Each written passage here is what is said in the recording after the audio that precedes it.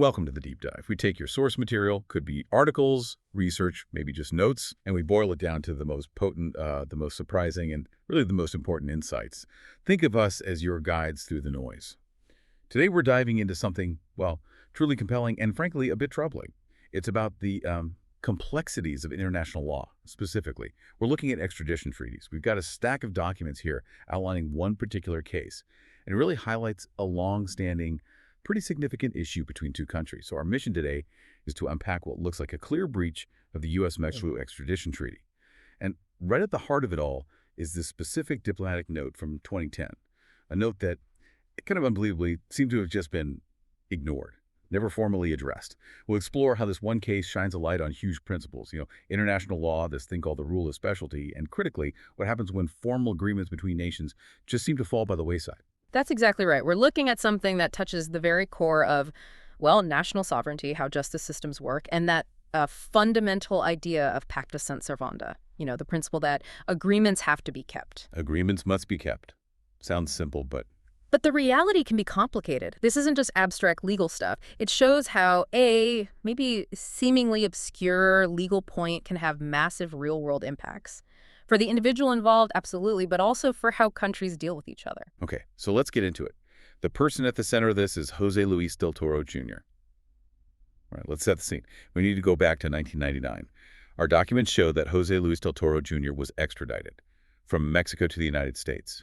And the agreement under the 1978 U.S.-Mexico Treaty was apparently crystal clear. It was solely for one specific charge from 1997, first-degree murder. And that term solely for, that's not just casual language, is it? Oh, absolutely not. That solely for is critical. It's the bedrock, like you said. Because what our sources show is almost right after he was returned, the U.S. prosecuted him for something else entirely. Something else. Yes, an additional offense. Armed burglary. Okay, wait. Armed burglary? But that wasn't in the extradition request. Exactly. Yeah. It was not included in the original request Mexico agreed to.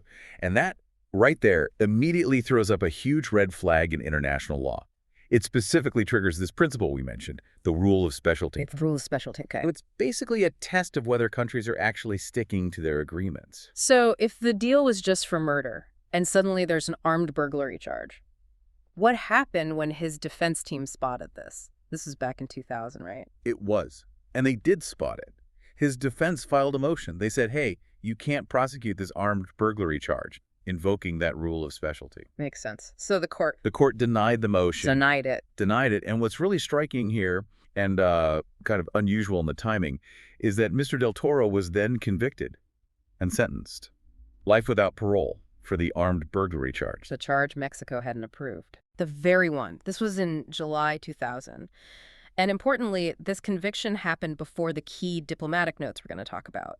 It sort of set the stage for this long, unresolved problem, a life sentence based on an unauthorized charge. Wow.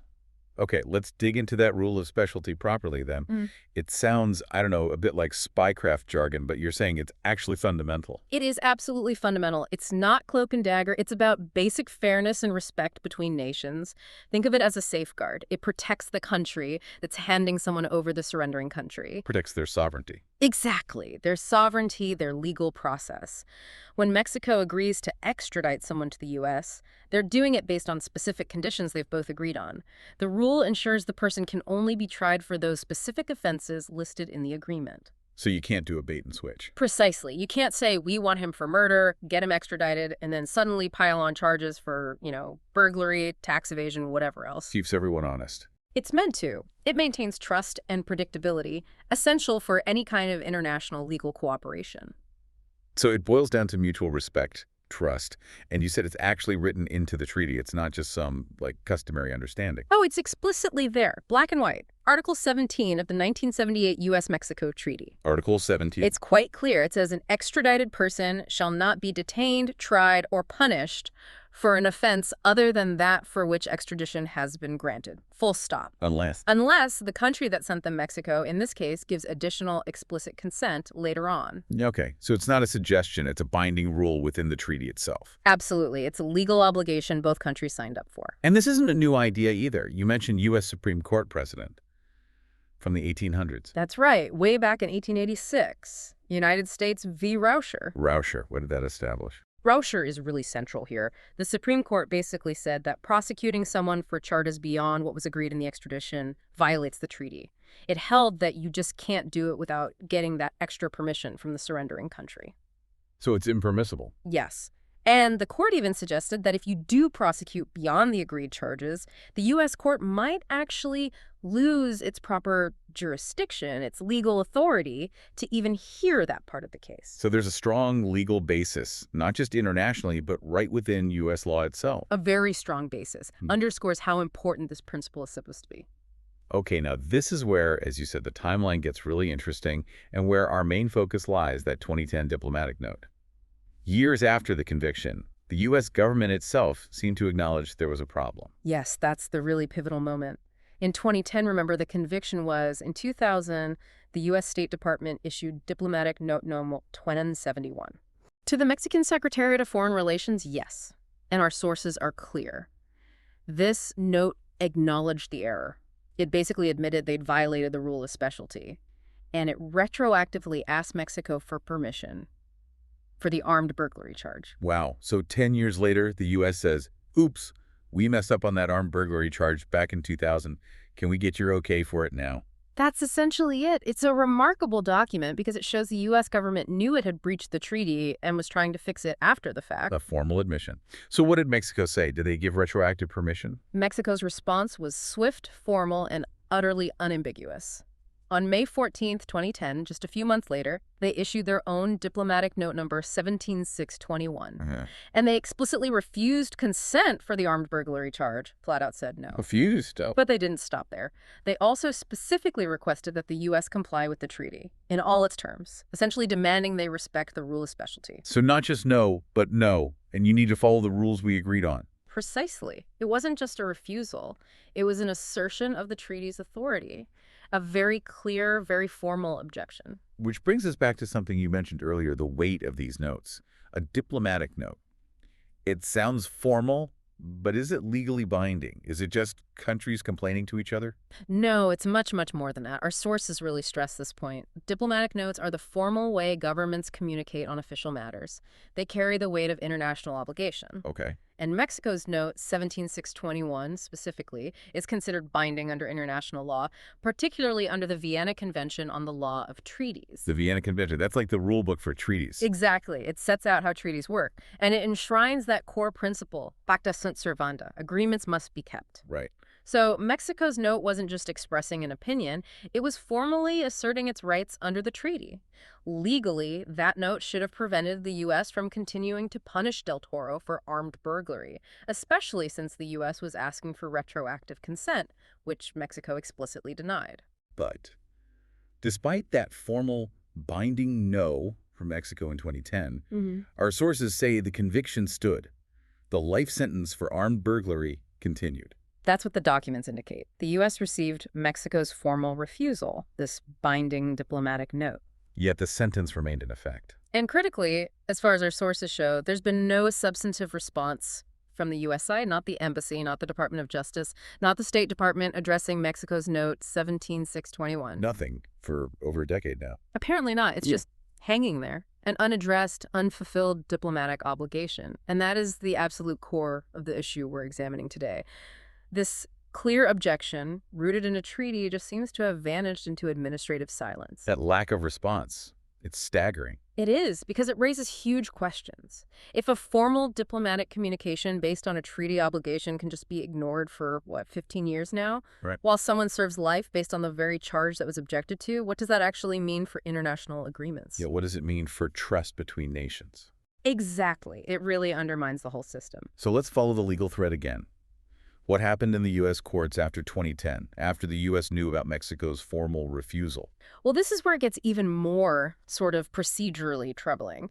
In 2011, Mr. Del Toro filed another motion in court. Another one. Yes, this time specifically challenging the court's subject matter jurisdiction over the armed burglary charge. Which means arguing the court didn't even have the legal right to hear that charge because of the treaty violation.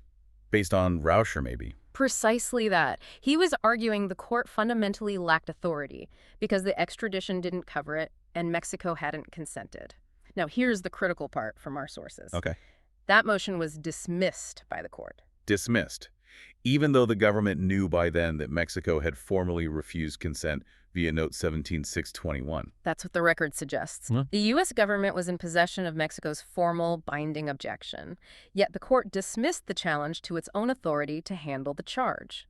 How is that possible?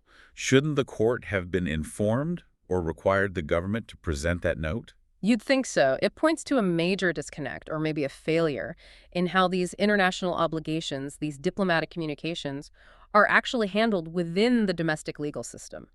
It seems like this crucial piece of evidence, Mexico's formal no, just wasn't properly considered or given weight in the court proceedings for years and years. So the diplomatic track and the domestic court track were completely out of sync. It certainly appears that way. That key document, Note 17621, was essentially invisible to the legal process concerning Mr. Del Toro's sentence for a very long time. Until, and this is another twist, Mr. Del Toro himself got a copy. How did that happen? Yeah, that's the next remarkable turn. After decades of fighting this, apparently through his own efforts or those of his representatives, he finally obtained a copy of Mexico's diplomatic note 17621. When was this? Just last year, 2024. 24 years after the conviction. 14 years after Mexico sent the note. Imagine that. Finally getting hold of the official document from Mexico, explicitly refusing consent for the charge he's serving life for. It's the smoking gun, essentially. Definitive proof. And he acted on it immediately. Absolutely. Yeah. He didn't wait. On March 31st, 2025, just a few months back, he filed a specific type of legal challenge. It's called a Rule 3.850 motion. A 3.850 motion. That's for newly discovered evidence. Exactly. It allows someone to challenge their conviction or sentence if significant new evidence comes to light that couldn't have been found earlier, evidence that could have changed the outcome. And the new evidence is the 2010 diplomatic note. Precisely. His entire motion is based on Note 17621, the fact that Mexico formally refused consent and demanded compliance with the treaty. And what's the status of that motion now? We're in August 2025. Our sources confirm it's still pending. The court hasn't ruled on it yet. So this motion, based on a 15-year-old diplomatic note that was seemingly ignored, could potentially reopen everything. It represents a critical, maybe the last, real opportunity to address what his filings describe as a fundamental miscarriage of justice stemming directly from this alleged and now documented treaty breach and the subsequent failure to acknowledge Mexico's formal objection. It's clear this specific case, Jose Luis del Toro Jr.'s story, resonates far beyond just him. What are the bigger takeaways here? The wider implications for international law, for how the U.S. operates? Well, there are several layers. First, and most obviously, it really challenges the integrity of the rule of specialty. If a major nation like the U.S. can apparently disregard the specific terms of an extradition, even after being formally called out by the partner country, It weakens the rule everywhere. it potentially does. It erodes the trust that underpins all these agreements. Why would Mexico or any country agree to extradite someone if they can't rely on the requesting nation sticking to the agreed terms? That makes sense.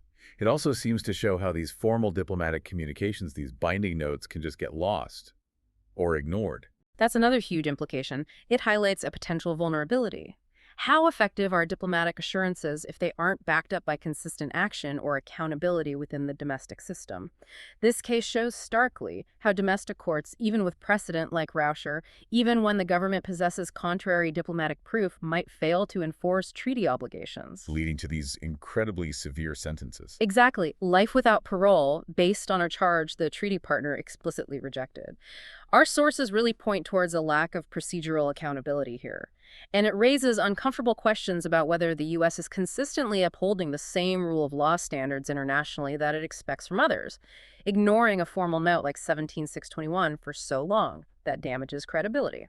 So for you, listening right now, this isn't just some obscure legal fight. It's really a window into how international agreements function or sometimes don't function in the real world. It makes you question the real power of diplomatic notes versus domestic court decisions, and how these huge systems, international and domestic, interact or fail to interact. And ultimately, it forces us to see the very real human impact when these systems break down. When a binding agreement, a formal objection, goes unaddressed for over a decade, leaving someone's fate hanging in the balance. So this deep dive into the Del Toro case, it's certainly shown the tangled layers of international law and the serious consequences when those layers seem to be, well, disregarded. That 2010 diplomatic note from Mexico, clearly intended to be binding, formally rejecting the armed burglary prosecution, still hangs out there today, unanswered by the U.S. It leaves this huge question mark over treaty compliance, over the very meaning of pacta sunt servanda in this context. Yeah, and what's truly fascinating, I think, is how one person fighting persistently finally gets hold of this key document years later, and that discovery, that single note, could potentially force a major rethink, not just of his case, but of how this fundamental legal principle, this international obligation, is actually handled. It shows persistence can sometimes eventually bring these hidden facts to light. It really does. And it leaves us, and you, with a pretty powerful question to think about. We live in a world that relies more and more on international cooperation, right? On trust, on agreements being honored. So what happens to that trust? What are the wider ripple effects when a powerful nation's actions seem to consistently ignore a binding international obligation like this? How does that impact global relations and the future of cooperation itself? Thank you for joining us on this deep dive. We hope this exploration has given you a clearer, maybe more nuanced perspective on this really complex and ongoing issue.